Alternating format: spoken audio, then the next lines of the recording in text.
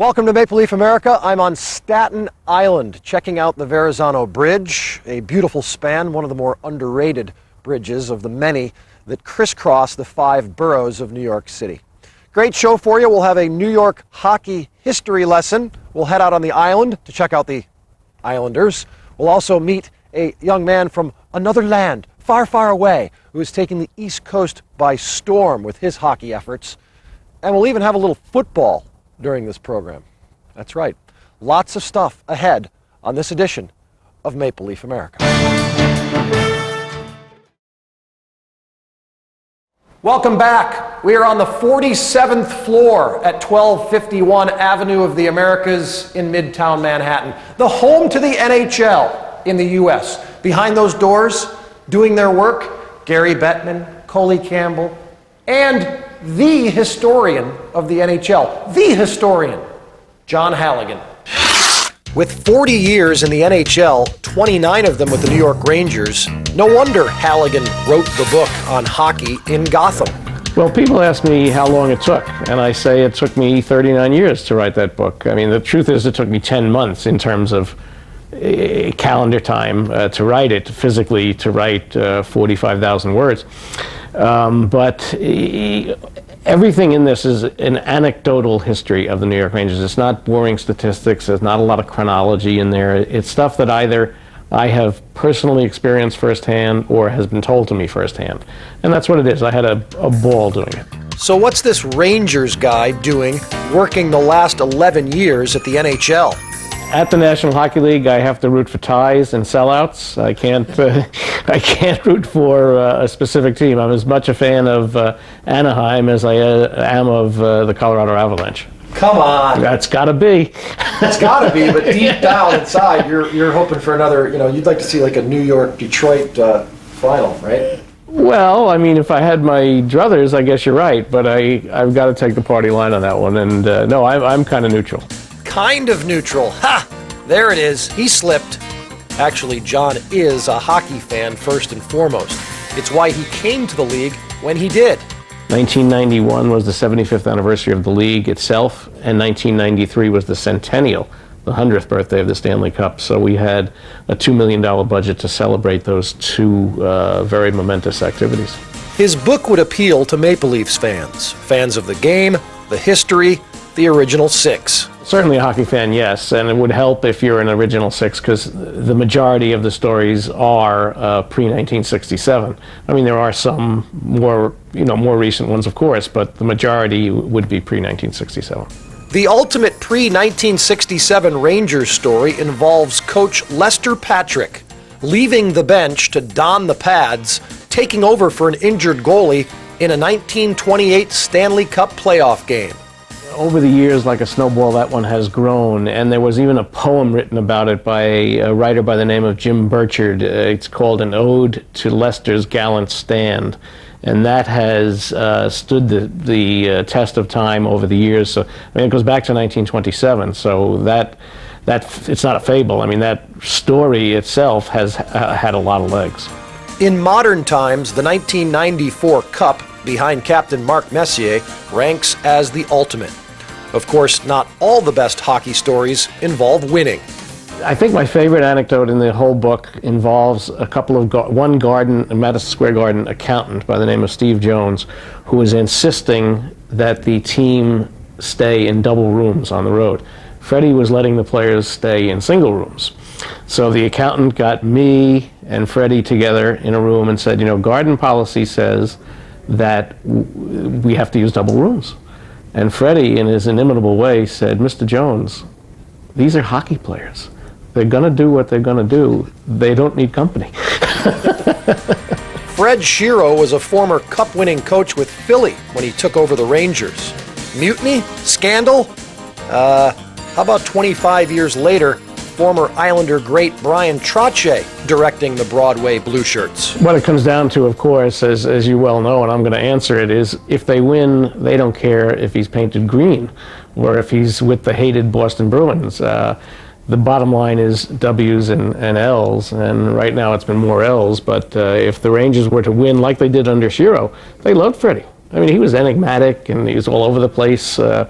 But they were winning. They went to the finals. He was the greatest thing since sliced bread, despite the fact that he came from Philadelphia.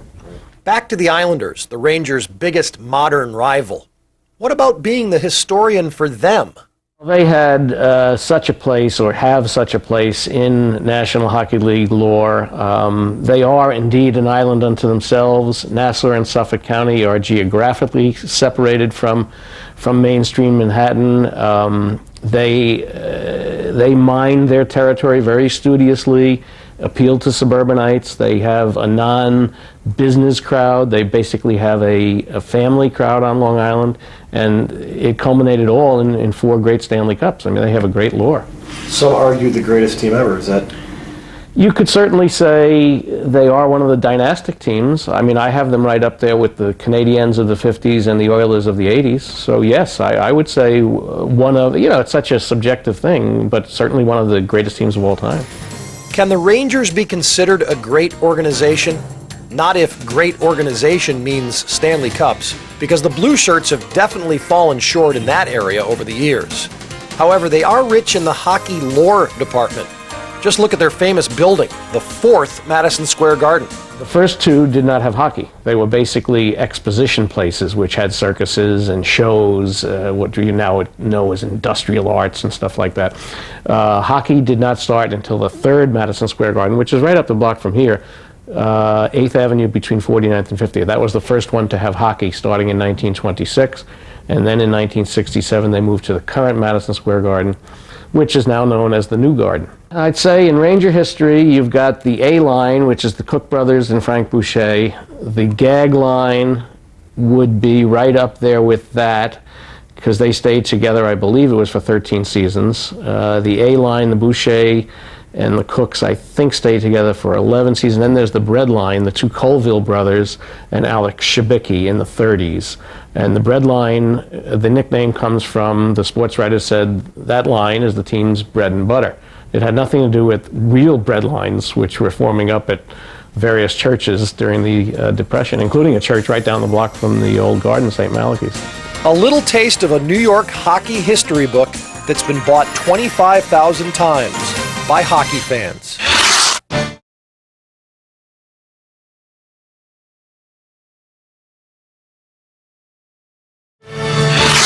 John Halligan, ladies and gentlemen. Towards the end of that history lesson, we talked a little bit about the New York Islanders and their dynasty back in the 1980s. Well, the newest Islanders have made a little bit of a resurgence over the last season and a half, much to the dismay of Toronto Maple Leafs fans. And I talked to a couple of the Ontario-borns who are participating with the Islanders this season about playing out on Long Island and playing against the Leafs.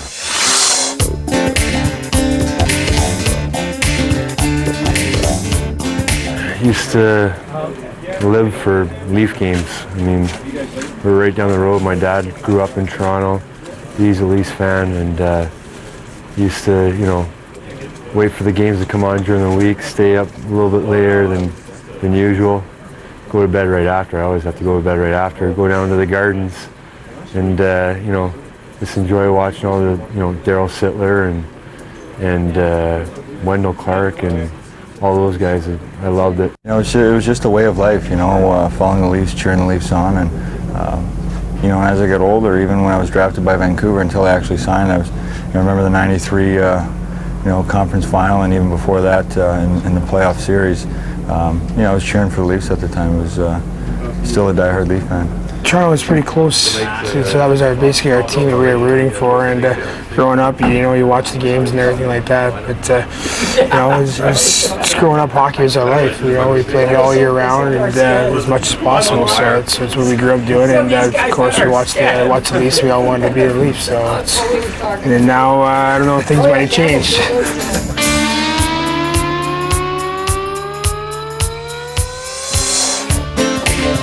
Obviously, I got a job to do, and we had a pretty exciting series last year against them. So, it's fun from this side, and I'm sure it's fun from that side, and it's fun for all Torontonians, Ontarians, whoever's watching the game. It's going to be exciting. Yeah, you know, it just seems Toronto's got a lot of rivals. You know, I remember growing up in Toronto. You know, Toronto-Detroit was a big rivalry. Toronto-Montreal's always been a good series, and now with Ontario, you know, and Ottawa, I think there's just a lot of Ontario kids, a lot of Canadian kids that try and play their best against Toronto. And I think, you know, to have been in Buffalo with that series and now the nature of our series with them, you know, I don't know how ironic it is, but I know it's tough on some family and friends back home who get caught up into it a little bit. Yeah, for us, we had a pretty big rivalry with the Rangers, and I think now due to last spring, we've grown an even bigger rivalry with the Leafs through the playoffs and stuff. But I think it's you know, going out there and just playing against them is a big adrenaline rush, and going into, you know, the Air Canada Centre and playing in front of you know, the people there and just people that you know, and just everybody's pretty excited, and it gets me excited, and it's a pretty emotional game.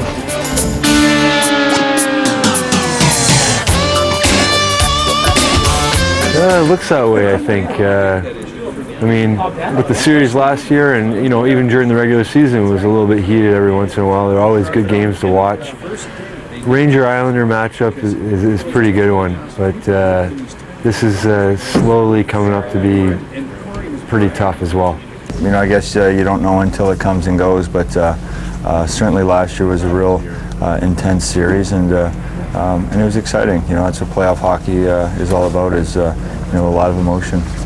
You never know, you know what I mean? We have to wait to see the way the storybook unfolds, so you never know. It just that was pretty violent things that happened between Detroit and Colorado, pretty emotional stuff. There's some cheap shots. I think they're a little more severe with the Draper incident and with Claude Lemieux, but I think for us, we just got to play things in stride. We had some nasty things happen, but you know, we got to move on and think about the next step. We started off a little slow this year. Last year we started off on a ridiculous rate. You know, we won 11 in a row. Sorry, we didn't have a loss in 11 games. So this year we started off slow. You know, I really wanted to, you know, take on as a big challenge, and along with all the other guys, is, you know, recognizing the history of this organization and wanting to reestablish that. I think, you know, ownership and management was making that commitment to the community, and you know, as players, we wanted to try and do our part as well. And it was nice that we were able to turn things around last year and have a wonderful season. But you know, this year we're not where we want to be, and you know, we've got a lot of work ahead of us. Well, last year we started off with a great start to get the Islanders back into the fold of things, and get the Islanders back into talk of hockey. And for a few years there, we weren't really much of a topic of conversation around the league. So, but nowadays people talk about us and they're ready for us. And I think this year maybe we thought it was going to be another easy start for us, and I don't think we prepared mentally, maybe. Thinking that people are going to be more prepared for us than they were last year. Last year we kind of snuck in, you know, and got our points early. This year we have to actually work twice as hard to get our points. I think we're starting to figure that out 2 months into the season, but we have a long hill to climb, and we're about a quarter of the way up it right now, and we're going to keep trucking along.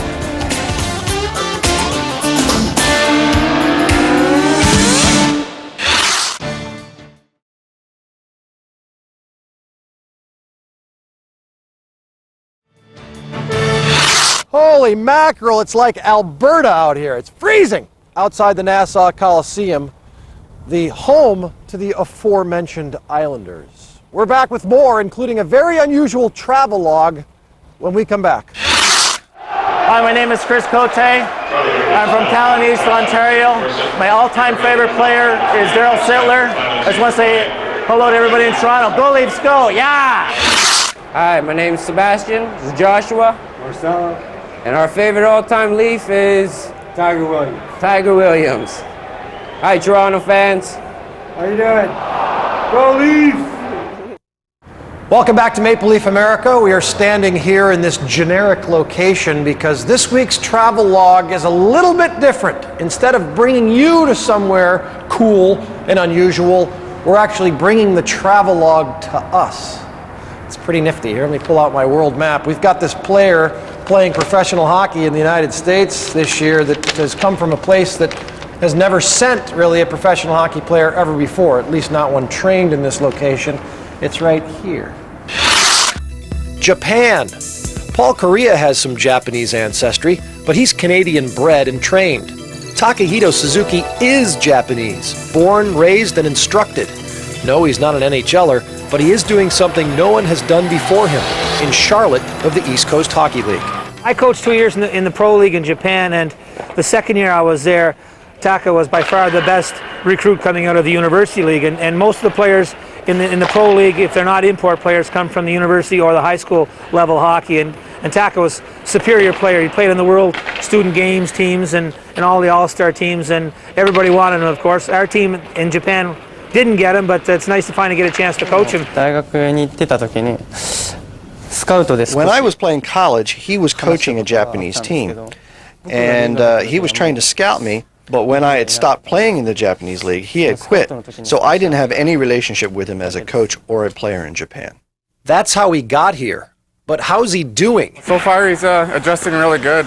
You know, there's a language barrier there, but such a smart guy that, you know, we can just look at each other, and he understands the game of hockey so well that, you know, there's just, you know, you don't need to speak the language when you know the game as good as he does.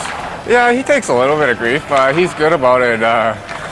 You know, he says he doesn't understand much English, but, you know, he's always got a smile on his face, and he seems to understand when the joking's going on. Mr. Suzuki's been laughing all season. With 15 goals and 10 assists, he's fourth on the team in points. I have impression of, well, there are a lot of tough and big and strong players in ECHL. But actually, I can't compare it to Japanese league because the rink size is different and the rules are different.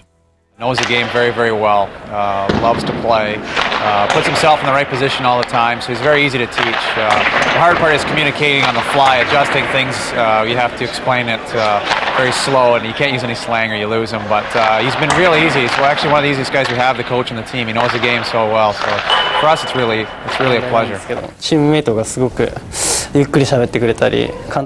I have some problems with English, but a teammate tried to talk to me slowly, and with his English, it's getting better.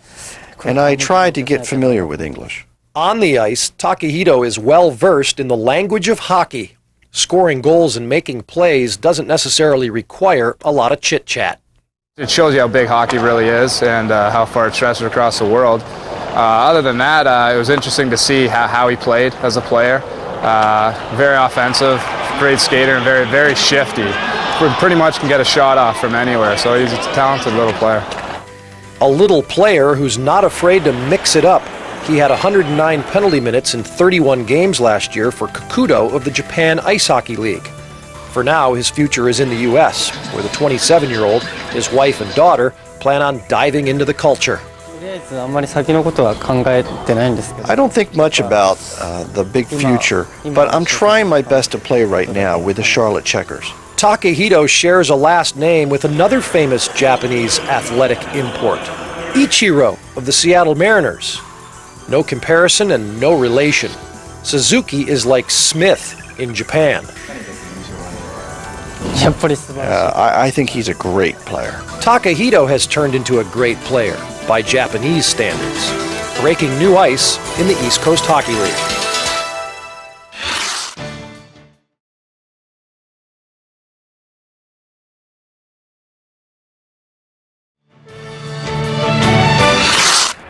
Mr. Suzuki playing for the Charlotte Checkers against the Boardwalk Bullies here in Atlantic City. We'll be back here in 2 weeks to show you more of America's favorite playground and this beautiful Boardwalk Hall, a 73-year-old rink. But first, we go back to Greater Gotham right after this funny hockey fan photo.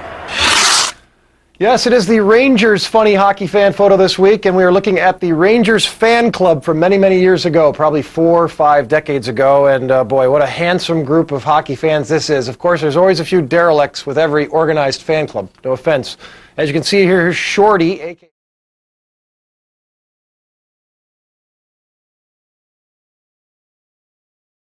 gentleman, and I'm a little concerned, however, about that thing hanging out of his pants.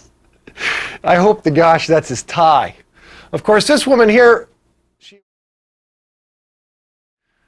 Peter Lorre from Casablanca for your older folks. Remember Peter Lorre from Casablanca? There he is, a Rangers fan club member. And behind him, George Raft, who was actually supposed to have the part in the movie until it was taken away by Humphrey Bogart. And of course, there's always the one derelict standing in front of the photograph. And there he is. He took a right hand from Eric Nestorenko and was never the same. We're back with more. We're going to the Meadowlands right after this timeout. Hi, my name is Justin Broshik. I'm from Georgetown, Toronto area. My all-time favorite Leaf is Dougie Gilmore. This is my brother Ryan. Wendell Clark, all-time favorite Leaf. Wanted to say hi to my mom, my girlfriend Jill. Hey, everybody back home. We're back on Maple Leaf America to meet yet another outstanding athlete from Toronto. But this one doesn't perform on skates. He performs at quarterback for the New York Football Giants. A quick visit with one of Canada's greatest all-time amateur athletes. I was a big Leafs fan growing up. Ever since watching guys like Wendell Clark growing up, as a big fan. My dad grew up in Toronto, and I had a chance to go and see a couple games, at the Gardens. It was great. I just loved growing up, and the whole aura and essence of hockey is so big, in Ottawa as well as in Toronto, and it was incredible growing up. I was a Leafs fan. I was also a big Oilers fan growing up. Guys like Gretzky, Kevin Lowe, Issa Tikkanen, all the Grant Fuhr, all those guys. It was definitely a favorite of mine too. Laney McDonald actually was another favorite player of mine, who actually just met at the Olympics this past year in Salt Lake City. It was pretty neat. Pretty neat is the fact that this 1996 Canadian High School Player of the Year has made it to the NFL. Maybe it was destiny, or maybe breeding. That's kind of where I started everything. My dad used to play professional football in the CFL for 7 years, and he took me to all the Ottawa Rough Rider games. I grew up watching J.C. Watts back in '85. He was kind of my favorite quarterback before guys like Damon Allen and those guys came in. And we used to travel out. Ottawa wasn't very good back then, so we travel out to watch the great Toronto Hamilton games and all the Eastern Division final games. So it was pretty neat. Pretty neat is the fact that football gunslinger Jesse James Palmer, who once led St. Pius to 3 consecutive Ontario provincial titles, is just one Kerry Collins injury away from taking over under center for the Giants. I'm young. I'm still very young. I'm only in my second year right now, and I'm learning and developing, and the preseason went really well this year. So, right now I'm in a stage where I just need to keep watching and learning, and, sometimes I think it's a blessing if you don't get rushed into things too quickly. I think oftentimes quarterbacks get pushed in too soon, and it ends up hurting them, I think, a little. So it's one of those things where I definitely don't mind waiting and just waiting my turn until I'm absolutely developed and ready to go. Palmer was a very good hoops and baseball player as well. But as for growing up a typical Canadian kid, I've had a very limited hockey career, I will say. Growing up, I used to play a lot. I'd play a little bit, I guess, growing up with my buddies at the park. But then after a while, when my skating ability wasn't up to par with the rest of my friends, I had to start quitting because I was getting hurt too much. I think I got exported because I couldn't play hockey. So as soon as they found that out, they just got rid of me. They just sent me down here. One outstanding Canadian export.